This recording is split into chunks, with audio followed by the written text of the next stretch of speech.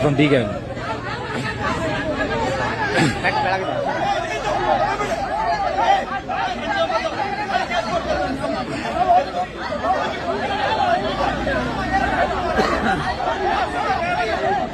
हाँ सर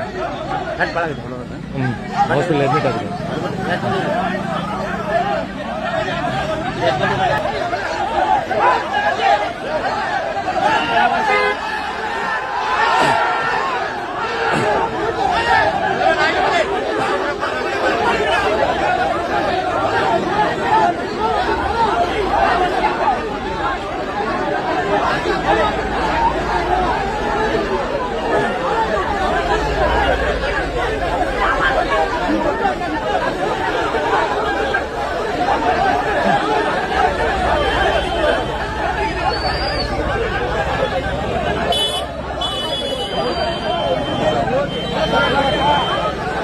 ಅಲ್ಲ ಸರ್, ಅವ್ರು ಹೊಡೆದಿರೋ ನೀವು ನಮ್ಮನ್ನು ಕಲ್ಸದ ಸರ್, ಅವ್ರನ್ನ ಕಲ್ಸ್ಬೇಕಿಲ್ಲ ಸರ್. ಹೇಳಿ ಹೇಳಿ.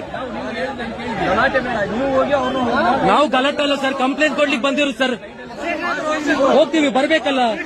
ಅವ್ರನ್ನ ಕಲ್ಸಿ ಬಸ್, ನಮ್ಗೆ ಹೆದರಿಕೆ ಆಗ್ತಿದೆ. ಕಲ್ಸಿ ಅವ್ರನ್ನ, ಹಾಗಾದ್ರೆ ಕಲ್ಸಿ ಕಲ್ಸಿ, ಎಲ್ಲರ ಕಲ್ಸಿವ. ಹಾ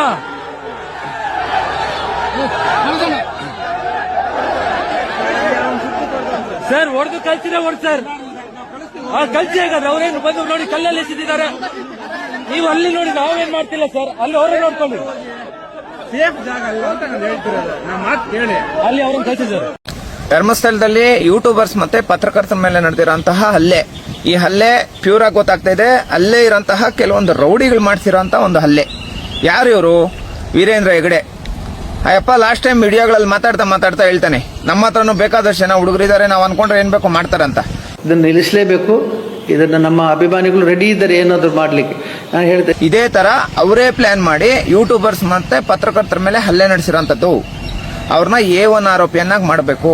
ಮತ್ತೆ ಆ ಯೂಟ್ಯೂಬರ್ಸ್ ಅಲ್ಲಿ ಸ್ವಂತ ನನ್ನ ತಮ್ಮ, ನಮ್ಮ ಹುಡುಗ, ನನ್ನ ಸಮುದಾಯದವರು ಯೂಟ್ಯೂಬರ್ ಇದ್ದಾರೆ, ಅವ್ರನ್ನು ಕೂಡ ಹಿಗ್ಗಾಮುಗ್ಗ ಹೊಡೆದು ಪಾಪ ಇದೇ ಇಲ್ಲ, ಏನು ಜ್ಞಾನನೇ ಇಲ್ಲ. ಆ ಎಲ್ಲ ನಮ್ಮನ್ನು ಬೀಳಿಸ್ಕೊಂಡು ಕಾಲಲ್ಲೆಲ್ಲ ಒದ್ದು, ಹೊಟ್ಟೆಗೆ, ಕಾಲಿಗೆ, ತಲೆಗೆಲ್ಲ, ದುಂಡಲ್ಲೆಲ್ಲ ಹೊಡೆದ್ರು. ಎತ್ಕುತ್ಕೊಂಡು ನಮ್ಗೇನಾದ್ರು ಆದ್ರೆ ಹೊಡೆ ಕಾರಣ ಹೊಡೆದು ಮಲಗಿಸಿರೋಂಥದ್ದು. ಆ ವ್ಯಕ್ತಿ ಕೂಡ ಹಾಸ್ಪಿಟಲ್ ದಾಖಲಾಗಿದ್ದಾನೆ.